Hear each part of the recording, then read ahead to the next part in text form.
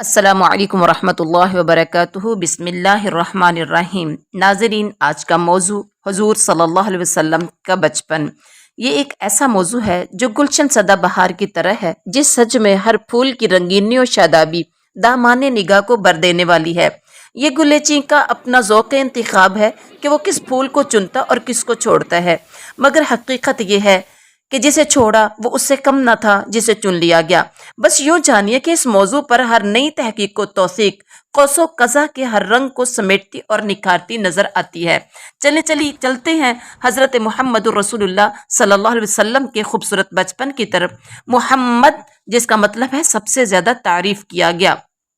نام پورا محمد بن عبداللہ بن عبد المطلب بن ہاشم، اور آپ صلی اللہ علیہ وسلم کی والدہ کا نام آمنہ تھا، اور آپ صلی اللہ علیہ وسلم کے والد کا نام عبداللہ بن عبد المطلب۔ آپ صلی اللہ علیہ وسلم قبیلہ قریش سے تعلق رکھتے تھے، جو پورے عرب میں سب سے زیادہ معزز قبیلہ تھا۔ آپ صلی اللہ علیہ وسلم کا خاندان آپ کے پردادا ہاشم کی نسبت سے ہاشمی خاندان کہلاتا ہے۔ ہاشم اپنے زمانے کے سب سے عظیم انسان شمار ہوتے تھے۔ انہیں وادی بطحا کا سردار کہا جاتا تھا، اور وہ روٹی توڑ کر گوشت اور شوربے میں بھگوتے اور لوگوں کے کھانے کے لیے چھوڑ دیتے تھے۔ چونکہ عربی میں اس طرح کسی چیز کے توڑنے کو حشم اور توڑنے والے کو ہاشم کہتے ہیں، اس لیے ان کا نام ناظرین ہاشم پڑ گیا۔ آپ کے والد گرامی عبداللہ عبد المطلب کے سب سے خوبصورت پاک دامن اور چہیتے بیٹے تھے، اور انہیں ذبیح بھی کہا جاتا ہے۔ ناظرین، آپ صلی اللہ علیہ وسلم مکہ مکرمہ میں شب ابی طالب کے اندر موسم بہار میں پیدا ہوئے۔ یہ دوشنبہ کی صبح تھی اور ربیع الاول کی 9 اور یا 12 تاریخ کہا جاتا ہے۔ سال وہی تھا جس میں ابرہہ نے مکہ پر حملہ کیا، چونکہ وہ اپنے ساتھ ہاتھی بھی لایا تھا، اور عربی میں ہاتھی کو فیل کہا جاتا ہے، اس لیے اس سال کا نام عامل فیل پڑ گیا۔ پیدائش کے وقت دایا کا کام حضرت عبد الرحمن بن عوف رضی اللہ عنہ کی والدہ شفا بنت عمر نے کیا۔ آپ صلی اللہ علیہ وسلم پیدا ہوئے تو آپ صلی اللہ علیہ وسلم کی والدہ کے جسم سے ایک ایسا نور نکلا جس سے ملک شام کے محل روشن ہو گئے۔ پھر والدہ نے عبد المطلب کے پاس ان کی پیدائش کی خوشخبری بھجوائی۔ وہ بڑی خوشی سے تشریف لائے اور آپ کو خانہ کعبہ میں لے جا کر اللہ تعالیٰ سے دعا کی اور اس کا شکر ادا کیا، اور اس موقع پر آپ صلی اللہ علیہ وسلم کی تعریف کی، اور اس توقع پر آپ سے اللہ کا شکر ادا کیا کہ آپ صلی اللہ علیہ وسلم کی تعریف کی جائے گی، تو آپ کا نام بہت خوبصورتی کی وجہ سے محمد رکھا، جس کا مطلب بہت زیادہ تعریف کی جائے گی۔ عرب کے دستور کے مطابق 7ویں دن عقیقہ کیا اور ختنہ کیا اور لوگوں کی دعوت دی۔ آپ صلی اللہ علیہ وسلم کو آپ صلی اللہ علیہ وسلم کے والد کی لونڈی ام ایمن گود کھلایا کرتی تھی۔ آپ صلی اللہ علیہ وسلم کی والدہ کے بعد سب سے پہلے ابو طالب کی لونڈی نے آپ صلی اللہ علیہ وسلم کو دودھ پلایا۔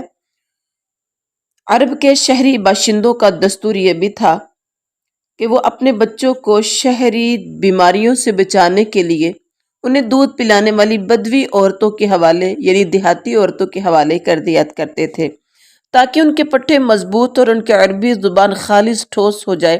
اسی دستور کے مطابق عبد المطلب کو دودھ پلانے والی دایا کی تلاش تھی۔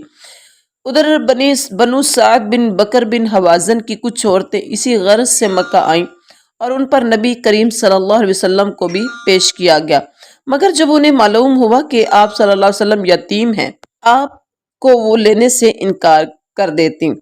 ایک خاتون حلیمہ بنت ابو ذؤیب کو کوئی بچہ نہ ملا، لہٰذا انہوں نے مجبوراً آپ صلی اللہ علیہ وسلم کو ہی اٹھا لیا، مگر جب لے لیا تو ان پر خوش قسمتی کا ایسا دروازہ کھلا کہ دنیا حیرت زدہ ہو گئی، جس کی ایک جھلک آپ سماعت فرمائیں کہ آپ صلی اللہ علیہ وسلم جب تک حلیمہ کے گھر موجود رہے، ان کا گھر برکتوں سے مالا مال رہا۔ سبحان اللہ۔ حلیمہ کا بیان ہے کہ جب وہ آئی تھی تو قحط سالی کا دور تھا۔ ان کے پاس ایک گدی تھی جو اس قدر کمزور اور دبلی تھی کہ پورے قافلے میں سب سے سست اور مریل چال چلتی تھی۔ ایک اونٹنی بھی تھی، مگر وہ ایک قطرہ دودھ نہ دیتی تھی۔ حلیمہ کا اپنا بچہ دودھ کی بے قراری سے پوری رات بلکتا چیختا چلاتا رہتا، نہ خود سوتا نہ ماں باپ کو سونے دیتا، مگر جب وہ آپ کو لے کر اپنے ڈیرے پر آئیں اور گود میں رکھا تو سینے دودھ سے بھر گئے، سبحان اللہ، حتیٰ کہ آپ صلی اللہ علیہ وسلم نے پیٹ بھر کر دودھ پیا اور آپ صلی اللہ علیہ وسلم کے ساتھ حلیمہ کے بچے نے بھی جی بھر کر دودھ پیا، پھر دونوں بچے آرام کے ساتھ سو گئے۔ ادھر شوہر اٹھ کر اونٹنے کے پاس تک گیا تو کیا دیکھتا ہے کہ تھن سے دودھ ابلا چاہتا ہے، تھن دودھ سے بھر گئے ہیں۔ تو انہوں نے اس قدر دودھ دھویا کہ دونوں نے خوب آسودہ اور سیراب ہو کر پیا اور نہایت پرسکون خود بھی رات گزاری۔ مکہ سے واپسی پر حضرت حلیمہ اسی خستہ حال گدی پر سوار ہوئی اور اپنے ساتھ آپ صلی اللہ علیہ وسلم کو بھی لیا، مگر اب وہی گدی اس قدر تیز چلی کہ پورے قافلے کو کاٹ کر آگے نکل گئی اور کوئی گدھا اس کا ساتھ نہ پکڑ سکا۔ حضرت حلیمہ کا وطن دیار بنو سعد سب سے زیادہ قحط زدہ تھا، مگر اس کے باوجود مکہ سے واپسی کے بعد ان کی یہ حالت ہوئی کہ جب بکریاں چر کر واپس آتی تو ان کی کوکھ نکلی ہوتی اور تھن دودھ سے لبریز ہوتے، میاں بیوی خوب دھوتے اور پیتے، جبکہ کسی اور انسان کو دودھ کا ایک قطرہ بھی میسر نہ ہوتا۔ یوں اس خاندان کو مسلسل خیر و برکت نصیب ہوتی رہی، یہاں تک کہ 2 سال گزر گئے اور مدت رضاعت پوری ہو گئی تو حلیمہ نے آپ صلی اللہ علیہ وسلم کا دودھ چڑھایا۔ اس دوران آپ صلی اللہ علیہ وسلم پختہ اور مضبوط اور پکے ہو چکے تھے۔ حلیمہ کا دستور تھا کہ وہ آپ صلی اللہ علیہ وسلم کو ہر 6 مہینے کے بعد مکہ لاتی اور والدہ اور خاندان کے لوگوں سے ملاقات کرواتی اور پھر اپنے دیار بنو سعد واپس لے جاتی۔ جب مدت رضاعت پوری ہوئی اور دودھ چھڑا کر آپ صلی اللہ علیہ وسلم کو آپ صلی اللہ علیہ وسلم کی والدہ کے پاس لائیں تو اب تک جو خیر و برکت دیکھ چکی تھی اسی کے پیش نظر حلیمہ چاہتی تھی کہ آپ صلی اللہ علیہ وسلم کو انہی کے پاس رہنے دیا جائے، تو انہوں نے آپ کی صلی اللہ علیہ وسلم کی والدہ سے کہا کہ کیوں نہ آپ بچے کو میرے پاس ہی رہنے دیں کہ وہ ذرا اور مضبوط ہو جائے، کیونکہ مکہ سے وبا سے ڈر لگتا ہے، مکہ کی وبا سے ڈر لگتا ہے۔ والدہ اس پر راضی ہو گئی اور حلیمہ آپ کو لے کر خوش خوش اپنے گھر واپس چلی گئیں اور آپ صلی اللہ علیہ وسلم تقریباً مزید 2 برس تک رہے۔ پھر آپ صلی اللہ علیہ وسلم کے سینہ مبارک چاک کیے جانے کا واقعہ پیش آیا، جس سے ڈر کر حلیمہ اور ان کے شوہر نے آپ صلی اللہ علیہ وسلم کو آپ صلی اللہ علیہ وسلم کی والدہ کے حوالے کر دیا۔ حضرت انس بن مالک رضی اللہ تعالی عنہ کا بیان ہے کہ آپ صلی اللہ علیہ وسلم بچوں کے ساتھ کھیل رہے تھے کہ حضرت جبریل تشریف لے آئے اور آپ صلی اللہ علیہ وسلم کو لٹا کر سینہ چاک کر دیا۔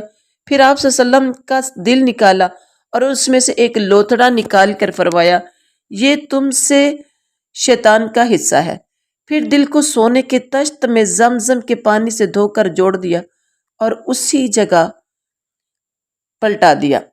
ادھر بچے دوڑ کر آپ صلی اللہ علیہ وسلم کی ماں یعنی دایا کے پاس پہنچے اور کہنے لگے کہ محمد صلی اللہ علیہ وسلم قتل کر دیا گیا ہے۔ وہ لوگ فوراً پہنچے تو دیکھا آپ صلی اللہ علیہ وسلم کا رنگ اترا ہوا تھا۔ حضرت انس رضی اللہ تعالی عنہ کا بیان ہے کہ میں نبی کریم صلی اللہ علیہ وسلم کے سینے پر سلائی کا اثر دیکھا کرتا تھا۔ اس واقعے کے بعد آپ صلی اللہ علیہ وسلم کو مکہ پہنچا دیا گیا اور آپ صلی اللہ علیہ وسلم نے اپنی ماں کے سایہ محبت میں اپنے خاندان کے اندر 2 برس گزارے، پھر والدہ، دادا اور ام ایمن کے ساتھ مدینہ کا سفر کیا، جہاں آپ صلی اللہ علیہ وسلم کے والد کی قبر بھی تھی اور دادا کا ننہال بھی تھا۔ آپ صلی اللہ علیہ وسلم مدینہ میں 1 ماہ رہ کر واپس ہوئے تو راستے میں آپ صلی اللہ علیہ وسلم کی والدہ بیمار ہو گئی اور ابواہ پہنچ کر وفات پا گئی، وہیں پر ہی انہیں دفن کر دیا گیا۔ اب بوڑھے عبد المطلب آپ صلی اللہ علیہ وسلم کو لے کر مکہ پہنچے۔ ان کے دل پر آپ صلی اللہ علیہ وسلم کی اس نئی مصیبت کے احساس کا گہرا زخم تھا، تو آپ صلی اللہ علیہ وسلم کے لیے ان کے دل میں ایسی رقت پیدا ہوئی کہ خود ان کے اپنے بیٹوں کے لیے ویسی رقت نہ تھی۔ وہ آپ صلی اللہ علیہ وسلم کی بڑی قدر کرتے، اپنی اولاد سے بھی بڑھ کر چاہتے، خوب اکرام کرتے، ان کا خوب خیال رکھتے۔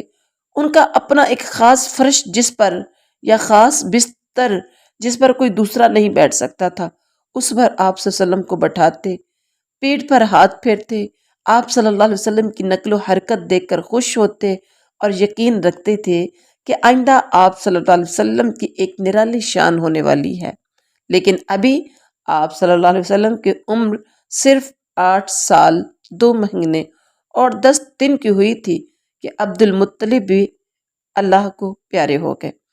اس کے بعد آپ صلی اللہ علیہ وسلم کے چچا ابو طالب نے آپ صلی اللہ علیہ وسلم کی کفالت کا ذمہ اٹھایا، اور یہ آپ صلی اللہ علیہ وسلم کے والد کے سگے بھائی تھے۔ انہوں نے اپنے آپ صلی اللہ علیہ وسلم سے خاص رحمت و شفقت کی۔ وہ مالدار تو نہیں تھے، لیکن آپ صلی اللہ علیہ وسلم کی کفالت کے بعد اللہ تعالیٰ نے ان کے تھوڑے سے مال میں اس قدر برکت کی کہ ایک آدمی کا کھانا پورے کنبے کے لیے کافی ہو جایا کرتا تھا۔ سبحان اللہ! خوب آپ صلی اللہ علیہ وسلم بھی صبر و قناعت کا نمونہ تھے، جو کچھ ملتا اسی پر قناعت فرمایا کرتے تھے۔ جب آپ صلی اللہ علیہ وسلم کی عمر 12 برس ہوئی اور کہا جاتا ہے کہ مزید 2 مہینے 10 دن ہوئی، تو ابو طالب نے تجارت کے لیے ملک شام جانے کا قصد کیا۔ آپ صلی اللہ علیہ وسلم کو ان کی جدائی بہت مشکل، بہت بھاری گزرتی تھی، جس سے وہ بھی بہت متاثر ہوئے اور اپنے ساتھ لے لیا۔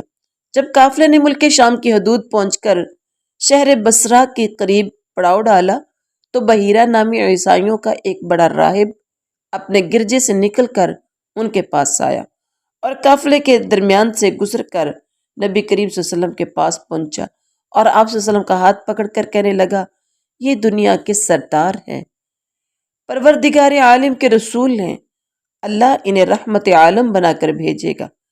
لوگوں نے کہا، آپ کو یہ کیسے علم ہوا؟ اس نے کہا، تم لوگ جب گھاٹی سے ادھر ظاہر ہوئے تو کوئی پتھر یا درخت ایسا نہ بچا جو سجدے کے لیے جھک نہ گیا ہو، اور یہ دونوں چیزیں نبی کے علاوہ کسی اور کو سجدہ نہیں کرتی۔ پھر میں انہیں مہر نبوت سے بھی پہچانتا ہوں، جو کندھے کے نیچے نرم ہڈی کے پاس سیب کی طرح ہے، اور ہم انہیں اپنی کتابوں میں بھی پاتے ہیں۔ پھر اس نے قافلے کی ضیافت کی اور ابو طالب سے کہا کہ ان کو واپس کر دیں، ملک شام نہ لے جائیں، کیونکہ یہود اور رومیوں سے خطرہ ہے۔ اس پر ابو طالب نے آپ صلی اللہ علیہ وسلم کو مکہ واپس بھیج دیا۔ معزز ناظرین، اسلامک ویڈیوز اور قرآنی قاعدہ اور ناظرہ قرآن ما تجوید و مخارج اور ترجمۃ القرآن کے ساتھ ساتھ مختصر تشریح صحیح احادیث کی روشنی میں سیکھنے کے لیے ہمارا channel Quran and Islam 36 subscribe اور لائک کر دیں، اور صدقہ جاریہ سمجھتے ہوئے دوسروں کو ضرور شیئر کر دیں۔ جزاکم اللہ خیر۔